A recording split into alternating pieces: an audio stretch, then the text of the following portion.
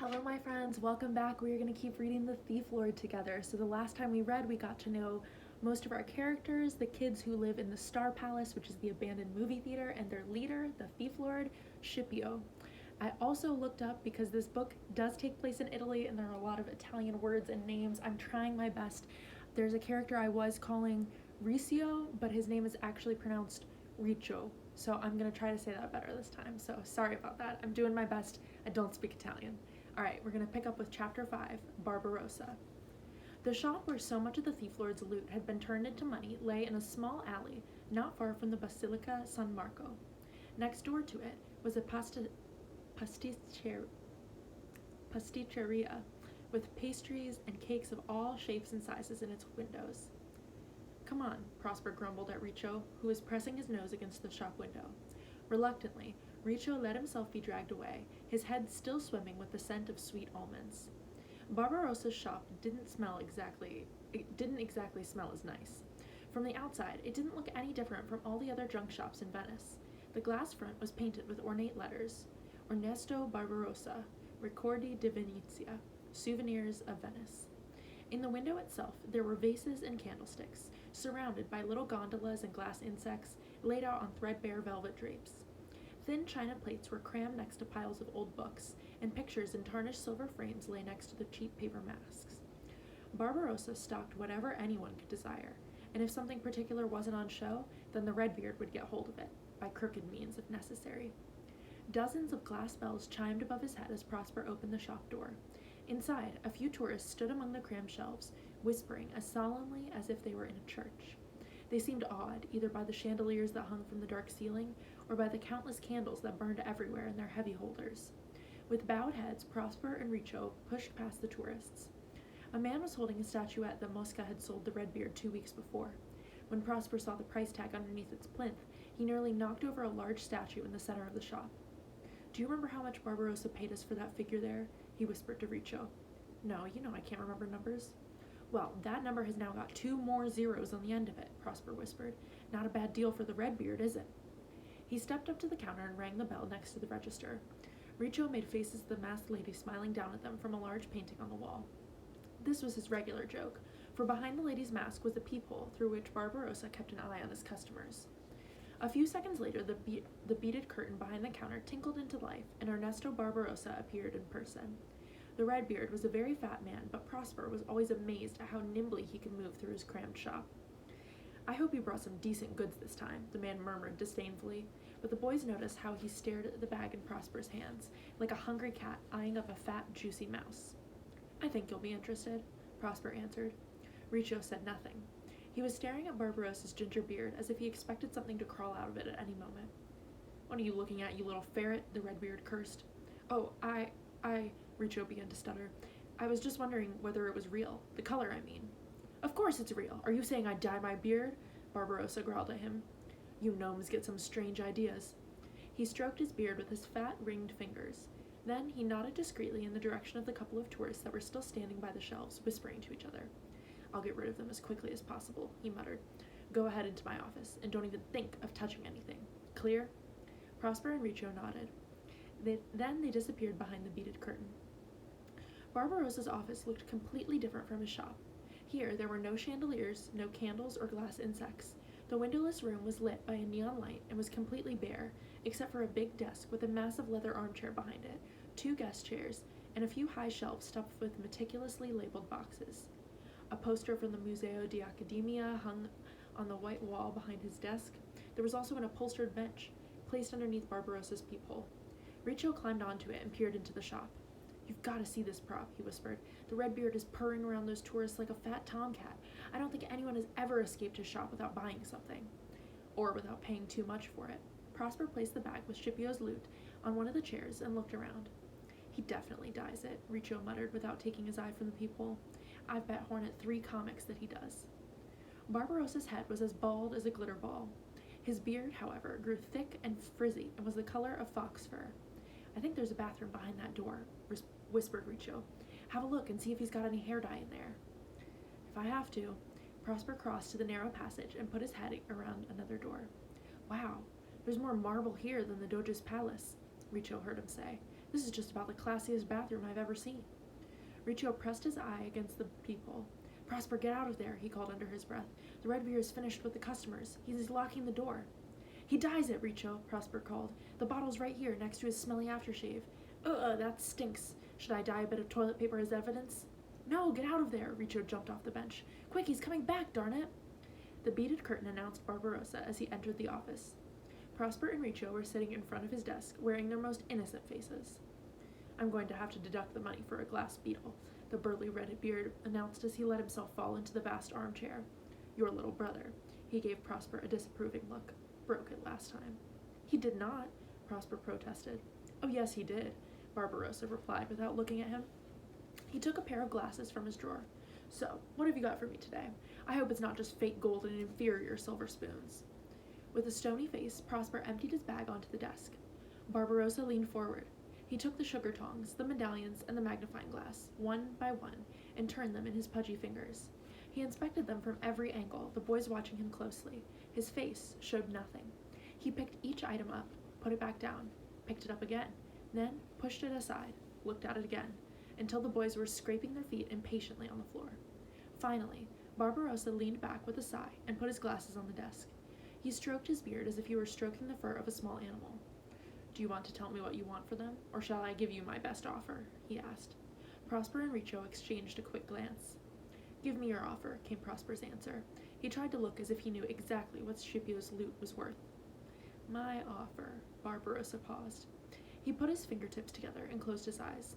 Well, I admit, there are a couple of quite decent items in here.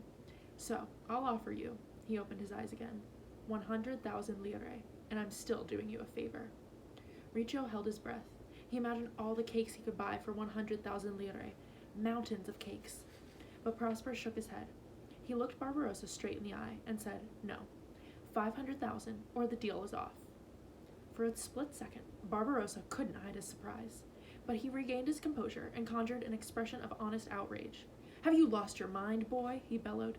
Here I am making you a generous offer, far too generous, and you go and make outrageous demands. Tell the thief lord never again to send such impertinent kids if he wants to continue doing business with Ernesto Barbarossa. Riccio looked worried, but Prosper just got up and silently started putting the loot back into his bag. Barbarossa watched him calmly, but when Prosper reached for the sugar tongs, he grabbed his hand so quickly the boy gave a start. You're a smart fellow, a bit too smart for my taste. The thief lord and I have done good business so far, and so I'll give you 400,000 lire for the lot, although most of it is junk. I like the tongs. Tell the thief lord if he offers me more stuff like that, we will definitely stay in business together, even if he insists on using such rude errand boys. He looked at Prosper with a mixture of anger and respect. One more thing. He cleared his throat. Ask the thief lord if he would take on a job. The boys looked at one another. A job? Barbarossa shuffled a few papers together. One of my most important clients is looking for a talented man who will, let's say, fetch something for him. Something my client wants rather badly. As far as I have gathered, the item is here, in Venice. Should be child's play for someone. Barbarossa twisted his face into a scornful smile. Who likes to call himself the thief lord, shouldn't it? Prosper didn't answer. The Redbeard had never seen Scipio, and so he probably thought he was dealing with an adult. He didn't have the faintest idea that the thief lord was just as young as his messengers. That didn't seem to bother Riccio, who said, Sure, we'll ask him. Excellent. Barbarossa leaned back in his armchair with a smug smile. He was holding the sugar tongs in his hands, tenderly stroking their curved handles. If he wants to take on the job, tell him to send one of you with his answer. I will then arrange a meeting with my client. He lowered his voice. The payment will be very generous. My client has assured me of that. As Riccio said, we'll ask him, Prosper repeated, but now we would like to have our money. Barbarossa burst out laughing. Riccio nearly jumped out of his chair. Yes, you'll get your money, the Redbeard panted. Don't worry, but get out of my office. Do you really think I would open my safe with you little thieves watching me? What do you think? Will Scipio take the job? Riccio whispered to Prosper as they leaned against the counter, waiting for Barbarossa. It's probably best not to tell him about it at all, Prosper answered. He looked intently at the portrait of the masked lady. And why not? Prosper shrugged. Don't know. It's just a feeling. I don't trust the Redbeard. Just then, Barbarossa pushed himself through the tinkling beaded curtain. There you are, he said. He held out a thick wad of bills to them. But don't get robbed on your way home now. All those tourists out there with their cameras and bulging wallets attract thieves like flies. The boys ignored the old crook's grin. Prosper took the money and looked at it, uncertain what to do. "No, you don't need to count it," Barbarossa said, as if he had guessed the boys' thoughts. "It's all there. I only deducted the glass beetle your brother took last time. Sign the receipt here. You can write, I hope." Prosper just scowled and scribbled a name onto the pad. He threw the empty bag over his shoulder and walked toward the door. "Come on, Richo." "Let me know as soon as possible about that job," Barbarossa shouted after them. "Will do," Prosper answered, and pulled the shop door shut behind him. He was determined not to mention a word of it to Scipio. Chapter 6. A Nasty Coincidence. As soon as they had left Barbarossa's shop, Riccio dragged Prosper into the patisseria he had been staring at so longingly before. Prosper didn't get a chance to raise any objections, and the shop assistant patiently waited for their order, while Riccio bullied Prosper into changing 2 bills from Barbarossa's wad and buying a box of cakes for them all to celebrate. Prosper was always amazed by the great care the bakers of Venice took over wrapping their cakes. They didn't just hand them over in a plastic bag. No, they were always packed in a beautiful box and tied up with a ribbon. Riccio, however, was decidedly unimpressed by all this effort. As soon as they were back on the street, he got out his pocket knife and cut the ribbon. "What are you doing?" Prosper cried out. He took the box from Riccio. "I thought this was for the others as well." "There'll be more than enough left for them." Riccio peered greedily into the box. "And we deserve a treat after all that. Madonna, no one has ever managed to get 1 single lira more out of the redbearded than he wanted to pay, and now he's just given you 4 times what he first offered us. Even I can work that out. Scipio will never let anyone else sell his loot again." "Well, I think those things were probably worth even more."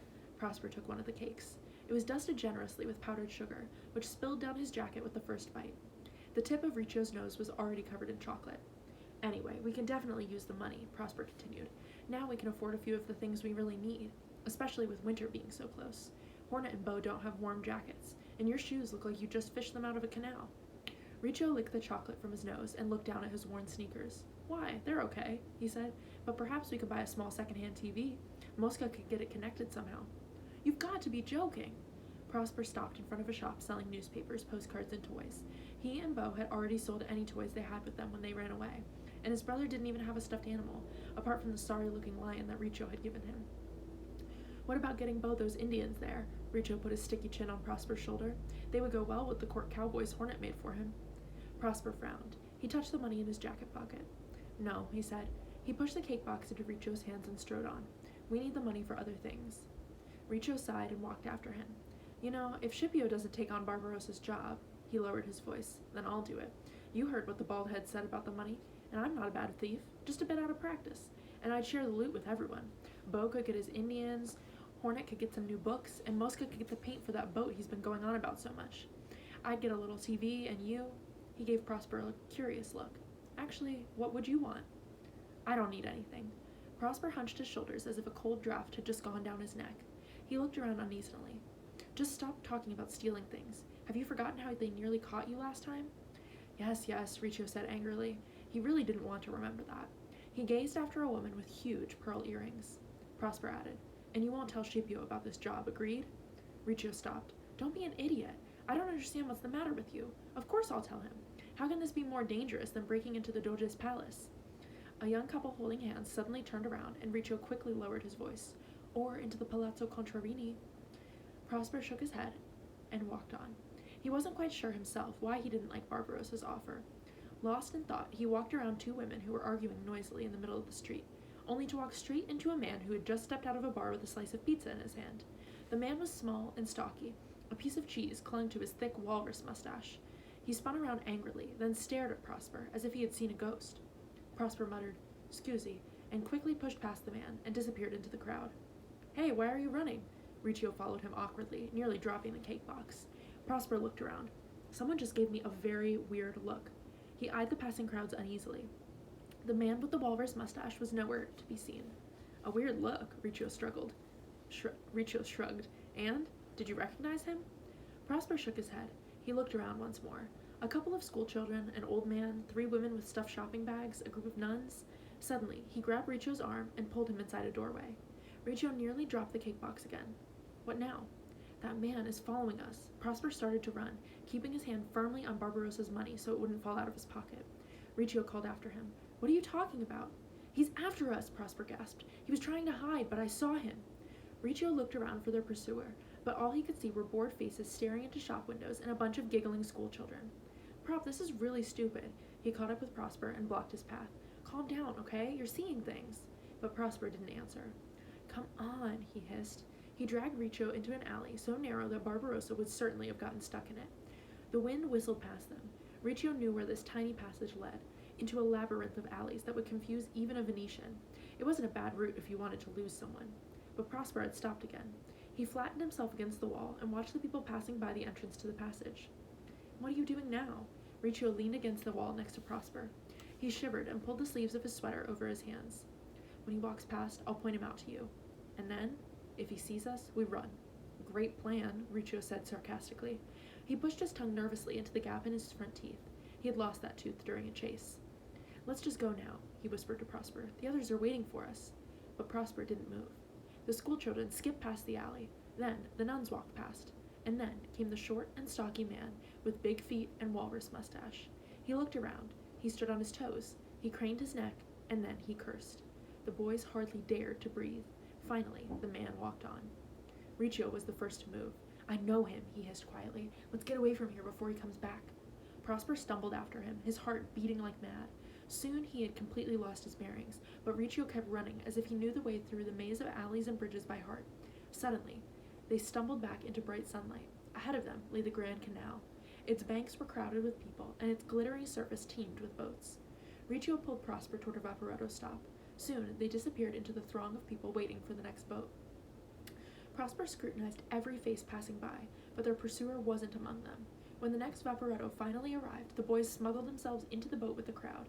While the other passengers scrambled around after the few remaining free seats in the roof section of the boat, Prosper and Riccio walked up to the deck rail and kept a close eye on the bank of the canal. We don't have a ticket, Prosper whispered when the fully loaded boat cast off. Doesn't matter, Riccio whispered back. We're getting off at the next stop anyway. But look who's standing over there. He pointed toward the stop. Do you see him? Oh, yes. Prosper saw him quite clearly. There was the walrus mustache, squinting after the departing boat. Riccio gave him a hearty wave. Prosper pulled Riccio's arm down. What are you doing? Why, you think he's going to swim after us? No, my friend. That's the good thing about this city. If someone is after you, all you have to do is cross the canal, and the other fools had it. Even you should know by now there are only 2 bridges across the Grand Canal. Prosper didn't reply. The stranger had long vanished out of sight, but Prosper kept staring toward the bank just in case he suddenly appeared between the elegant columns of one of the palaces, or on a hotel balcony, or even on one of the oncoming boats. Prosper was worried. Stop looking like that. We've lost the snoop. Riccio shook his friend by the shoulder until he turned back. Prosper stared at Riccio anxiously.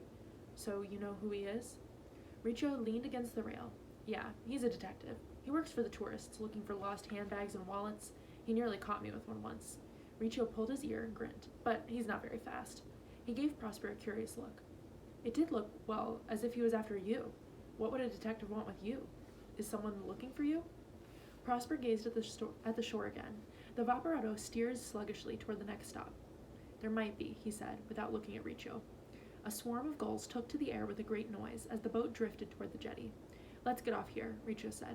They jumped off the boat while the new passengers were already pushing aboard. The others are probably thinking we've taken Scipio's loot and split, Riccio said as they turned their backs on the Grand Canal again. Our little boat trip hasn't made our way back any shorter. He gave Prosper another quizzical look. Do you feel like telling me who could have put that detective on your tail? What have you done? Did you steal something? Come on, you know I don't steal, not if I can help it. Prosper put his hand into his jacket and, relieved, pulled it out again. Barbarossa's money was still there. Yeah, I know, Riccio frowned. Then he lowered his voice. Is it one of those child slave traders? Prosper looked shocked. No, don't be silly. It's really not that bad. He stared back at a gargoyle that was eyeing him from a stone archway. I think my Aunt Esther is looking for us. She's my mom's sister. She's got loads of money and no children. When my mom died, she wanted to adopt Beau. They were going to send me away to a boarding school, so we ran away. What was I supposed to do? He's my little brother. Prosper stopped. Do you think Esther ever asked Beau whether he wanted her to be his new mom? He can't stand her. He says she smells like paint, and, he smiled, that she looks like one of those china dolls she collects. He bent down and picked up a plastic fan from a doorstep. The handle was gone, but Beau wouldn't mind that. Beau thinks I can take care of everything, he said, stuffing his find into his pocket. But if Hornet hadn't found us... Come on, stop worrying about the snoop. Riccio pulled him along. He won't find you again. Simple. We'll dye Beau's angel hair black. We'll paint your face so you look like Mosca's twin brother. Prosper laughed. Richo could always make him laugh, even if he didn't feel like it. Do you sometimes wish you were a grown-up? He asked as they crossed a bridge and looked down at its hazy reflection on the water. Richo shook his head with astonishment. No, why? It's great being young. You don't stand out so much, and your stomach fills up more quickly. You know what Scipio always says. He jumped from the bridge onto the street. Children are caterpillars and adults are butterflies. No butterfly ever remembers what it felt like being a caterpillar. Probably not, Prosper sighed. Don't tell Bo anything about the detective, okay? Richo nodded. Alright, that is where we're going to stop for today. So the two storylines we've heard so far have started to intersect, and the detective, Victor Getz, has found out that Prosper and Bo are indeed in Venice. So stay tuned for tomorrow's video, and we will keep reading and see what happens next. Bye, guys.